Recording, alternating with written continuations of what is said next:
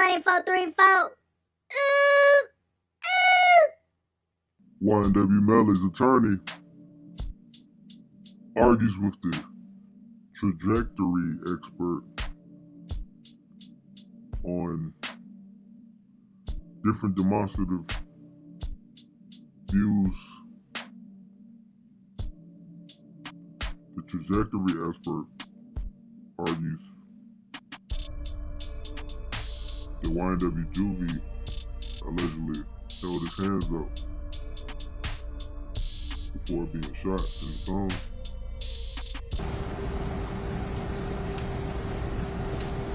We're only talking about Mr. Thomas? Yes. Okay.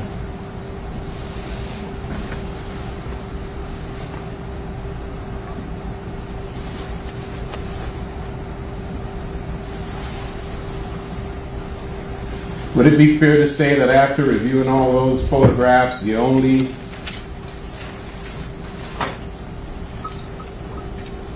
demonstrative scenario you devised was the one that we discussed that is depicted in 6719? 6719. 67.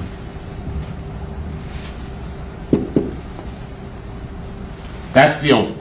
Well, there's actually multiple pictures of 6719 at different distances, actually. Okay, sure. They're all in here. All Do of tell. these are all different distances for This- 6719. The screen is yours. So you have this one. Let me swipe it. There's two. That just shows the distance for that one. Another distance. There's another one. Wait a second. What number is that? 6720. In 6720, the gentleman in the dark glasses is even in a more clownish, awkward position, isn't he? He's in a more awkward position, is he not? He is in, actually, that's why I wanted you to sit down and finish your first question, because it would make a little more sense to finish that one to explain where you're going with this. Because where you're going with this isn't going to help if I can explain my thought process on the injuries and the distances. You can retake the stand. Thank you.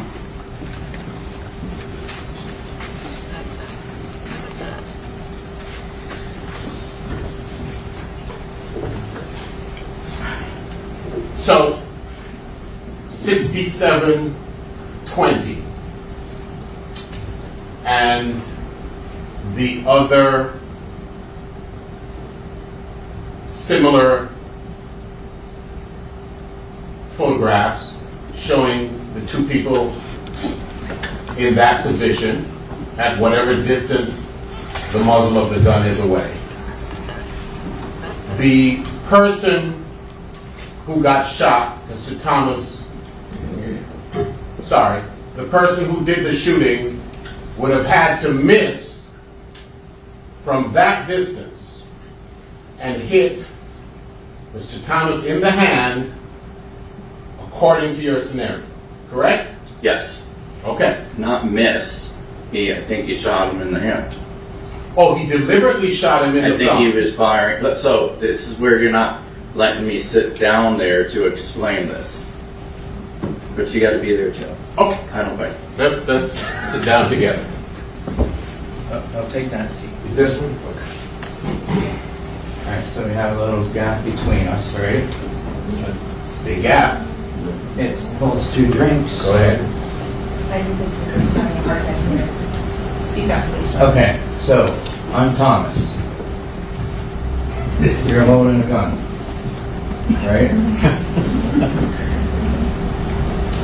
Oh, you've turned now. Well, hell yeah, you're pointing a gun at me. Okay. So that's a defensive. Like, whoa, stop. Okay. So that's where we're gaining distance now. Okay. All right. So that's where that shot came in, because what do you think, he's just going to go like that? there's no stippling here. So he's backing up. He's saying, whoa, Right? okay. And He then, gets shot, and goes then, and looks down or looks out, somehow looks at his thumb and gets shot.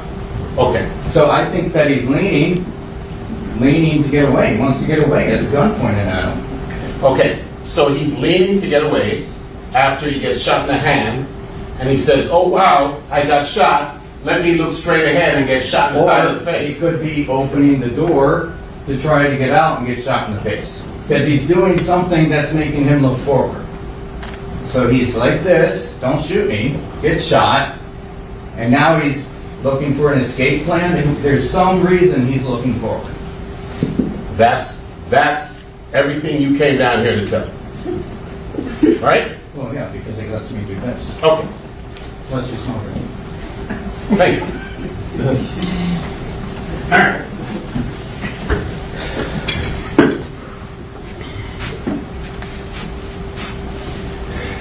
I'm going to move on to something else for now.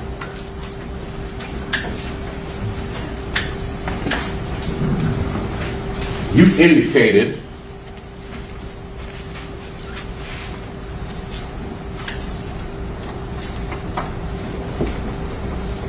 I want you to take a look at 6722. This was a scenario that involved the firearm or the shooter being outside the car. Correct. And if you would observe in your depiction there, the person who's shooting is looking above the car and sticking his hand not quite inside the vehicle all the way, but up to maybe his elbow, Beyond the elbow. a tad. Well, I don't know approximately how much, but beyond the elbow. And you Almost to the armpit, actually. And you opined during your direct testimony that you think it's not likely that the person could be standing outside and get that angle because his arm would have had to have been pressed up against the person in, assuming there was somebody there, in the rear driver's seat. Correct. And of course that would be rude, and you wouldn't want to be rude in a shooting. Well, I mean, if there was somebody sitting there also and you have a gun pointed at you, I would, it's human nature to try to properly hold the person. It's, who is going to let somebody hold up against them and with a gun in their hand Okay, without taking any action whatsoever? So part of your analysis here wasn't dealing with just trigonometry and common courtesy, that's being rude, but also your psychology of what that person would have done. Not necessarily. So for this particular demonstrative, that is my answer. If you have somebody being rude and pointing a gun across you, I would say that it's human nature to hold it. You want to protect yourself. You would want to make sure that nobody gets hurt. But that didn't happen, and we don't have any blood directionality coming this way. So this scenario, although it was hoisted, is not possible. I just want to be clear, the reason that's not possible is two reasons. One, the shooter would be being discourteous by pressing up against the person in the rear driver's seat, assuming somebody was there, rear driver's side seat. And two, because you are assuming that that person would have grabbed the arm and therefore it couldn't have happened that way. That is your science that makes this shot, not what happened. And what you're forgetting to mention is the blowback that's on the headliner that would be part of this shooting incident, which you would not, which I testified on direct that you would not have the blowback on the headliner if he had someone outside the car shooting Anthony Williams and shooting Christopher Thomas. So therefore, you added rudeness, so I disagree. I agree it's rude to hold somebody up against their car like that. But at the end of the day, it's not possible, based on the blood evidence and the trajectories of this, that somebody was outside of this vehicle shooting into the vehicle. At the end of the day, it's just not possible. It didn't happen that way. Correct. Okay. And I just need this jury to be clear on why, at the end of the day, the shooter was not outside. Because we don't have the blood evidence and the trajectory to line up with somebody being outside of the car. Okay.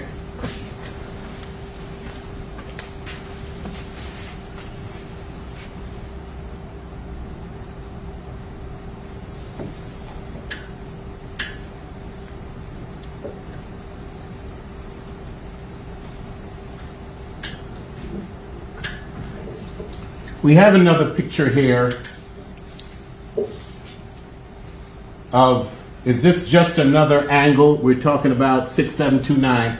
Is this just another angle of that demonstrative that we just saw? Yes. Okay. And in your demonstrative, the person doing the shooting isn't even bothering to take a look at his target. He's looking over the top of the vehicle. You see that? Well, I don't think that we need to be focused on what he's looking at. We need to be focused on the position of the gun and his arm, because those are the two, well, specifically his arm, because his face is not going to fire a gun. His arm and hand is going to fire the gun. So we need to look at where that gun and hand is in order to make that determination. Okay. And like I said, it's all demonstrative in order to throw out, not necessarily throw out in a negative way, but to throw out possibilities or scenarios. Okay, so if this